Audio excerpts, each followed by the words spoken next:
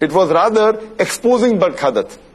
And what you're reading now, everything is there. It's not only the positive ones are being said, even the negative ones are being said. So more than 2/3 have either realized, or maybe these are the people who know the media well and realize it wasn't given. And there were some who appreciated her, the way she handled, not knowing the scenario. So what I say, that those people, whenever they see any TV talk show, they should realize that talk shows per se, they are manipulative. What they do, that they either get a person who has less knowledge on that subject. So if it's the topic on Islam, they get a person who has no knowledge about Islam. And then he does the job. The moderator need not use the skills. Or on the other hand, they get a person who's famous and they cut him down, don't give a proper chance, like what Barkha Dutt did. Besides all these comments, besides interjecting me for more than 12 times, there is a way how a moderator knows when is the best time to ask a person. If you realized, when she started the show, she first asked Shahrukh Khan a question. Then she kept on asking other people. She asked me second last or third last. Why? Because in the beginning of the show, the later you ask the person, the better it is. But when she ended the show, and she said, now we'll have the final comments from the panelist, the first person she asked was me. Why?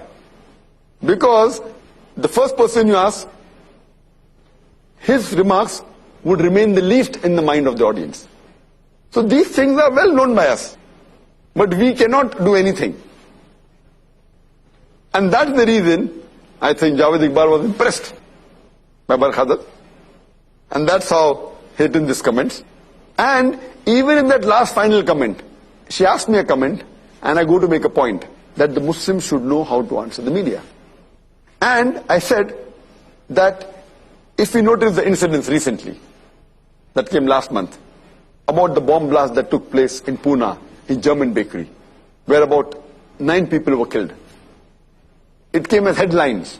And suspect Muslims. Suspect, mind you. And the same day, the Maoists, they killed 16 policemen. Proven by Maoists. No suspect. It either comes as news breeze or it comes on the front page below. Immediately Barkha Dutt interjected, no, even that came as headline. And she passed on, without allowing me to complain. She knew very well the point was so strong. So strong.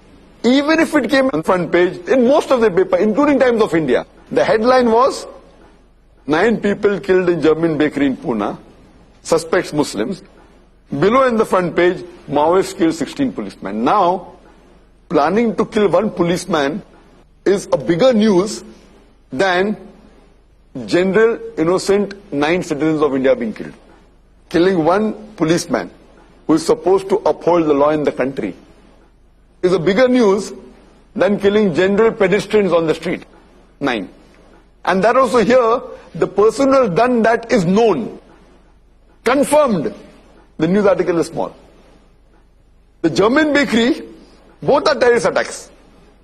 So she didn't allow me to complete, knowing very well that this point is very strong. No, even that came as headline, finished. So does it mean that she is asking me and she is not allowing me to complete? So just because I made a very strong point, she cuts me down. And then, immediately to help her, you have Kabir Khan interjecting. So that means she didn't allow me to give the final comments. I spoke for less than 17 seconds. So as I told you, the steering wheel is in the hands of the moderator. So here, but people realized many a time. So for intelligent people who know the media, we can really see behind the scenes. But for general layman who are unaware of the media, so I think Javed Iqbal may not be well versed with the media. But if he knows the media well, he would have made that comment. Jazakallah, Dr. Zakir. Thank you for your comments, which actually turned the tables over on the understanding when it was half cut. You completed the other half. MashaAllah. I think the audience gets more enlightened on that. The next question from the brother at the back. Assalamu alaikum wa rahmatullahi wa barakatuh. Wa alaikum assalam wa rahmatullahi wa barakatuh. There were two females from the audience who were discussing about the hijab. First, a Muslim female said that I wear a hijab and I will explain to those who are not wearing a hijab that you should wear a hijab as a Muslim. But then a Muslim female, another Muslim female, she said that she will explain to her. That means she thinks that it is wrong.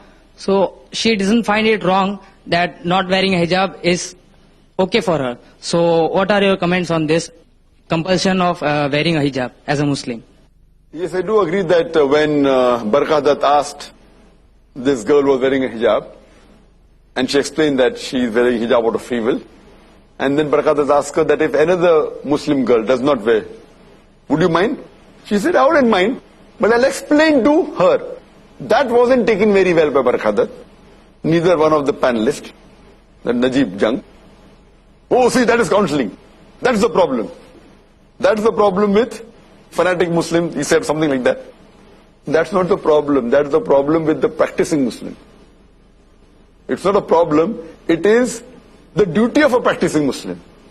As I mentioned, Quran says in Surah Al-Imran chapter 3 verse 110, "Kuntum khayra ummatin ukhrijat lin-nas ta'miruna bil ma'ruf wa tanhauna 'anil munkar wa tu'minuna billah."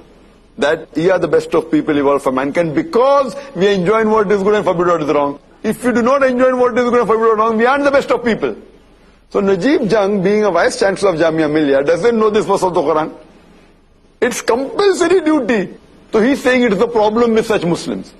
It is the duty of every practicing Muslim. Similarly, that girl who said, that means she does not agree. Yes, she does not mind, but she does not agree. Similarly, when I said that if a person does not have drugs, and if I counsel him don't have drugs, then Najib Jung will be happy. Because the secular world feels that drug is wrong.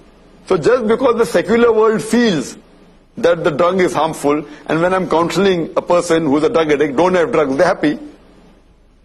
Similarly, when I have knowledge of the Quran, and I know that modesty is important, and if you hear my talks on women's rights in Islam, that why is hijab required? As the Quran says in Surah Ahzab, chapter 33, verse 59, O Prophet, tell your wives and your daughters and the believing women that when they go abroad, they should put on the cloak, put on the jilbab, so that they shall be recognized and it will prevent them from being molested. One of the reasons for eavesdropping, for molestation, for the rape, is the way the girls are dressed up. Besides the rapist being responsible, even the girls and the ladies wearing such clothes are responsible. Tali dua se bachti hai. And I've given various answers. Time doesn't permit me to give a long answer. But if you see my cassette on women's rights in Islam, I've given the reason for hijab, or misconception about Islam. What is the reason for hijab? So a girl who knows this will really want to be modest. On the other hand, the girl who is revealing more than concealing, why is she doing this? Even she knows that by revealing, more people will look at her. So she wants more people to look at her. She may not like being raped, that's a different question. But, you know, as I said, that she is responsible. So what we realize that Islam is a religion which has the solution to the problems of humankind. Most of the religions may say not to rob, not to rape. Islam has a solution how to prevent a robbery. Islam has a solution how to prevent rape and molestation. But if everyone follows Islam, then who will go to the fashion shows? Who will see fashion TV? Who will see these movies? So it will be a hit on the billion-dollar industry. So that's the reason this billion-dollar industry, the media, is trying its level best that no one accepts this modern dress code. And that's the reason they have such show, because if everyone agrees with the modest dress code, then this industry would go in a loss. It's appropriate that we have comments from Dr. Zakir on the attacks or negative comments received on this show. We have from non-Muslim brothers. One is Mahesh VK, who says, Dr. Zakir Naik is a big fraud. Dr. Zakir, your comments. Fine, if I'm a fraud, where is the fraud? You point out where the fraud is and I accept it.